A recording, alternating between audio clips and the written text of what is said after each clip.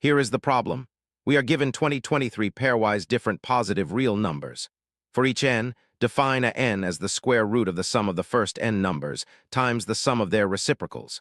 We are told every a n is an integer, and we must prove a 2023 is at least 3034. So where could 3034 come from? Since 2023 equals 1 plus 2 times 1011, the natural strategy is to show that every time the index increases by 2, the integer a n must jump by at least 3. Write Sn for the sum x1 through xn, and Tn for the reciprocal sum. Then a n is the square root of Sn times t, and the integer condition is the key extra information. The central claim is this. For every positive n, a at index n plus 2 is at least a n plus 3. Once we know this, the rest is just counting jumps. To prove the claim, separate the first n terms from the two new terms.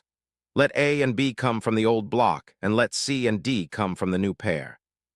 For positive a, b, c, and d, the square root of a plus c times b plus d is at least square root of b plus square root c d after squaring. This is just mgm on the mixed terms. The old part, square root of b, is exactly a n, so the full expression at index n plus 2 is at least a n plus the contribution from the two new numbers.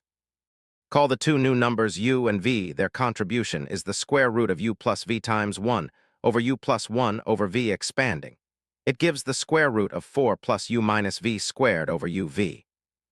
Because all the x values are pairwise different, u and v are not equal.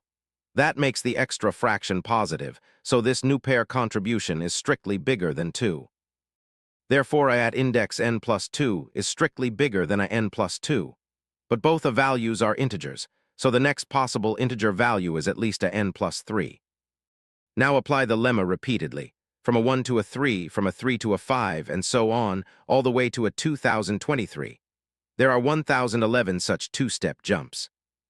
Finally, a 1 is the square root of x1 times 1 over x1, which is exactly 1. Therefore, a 2023 is at least 1 plus 3 times 1011, which is 3034.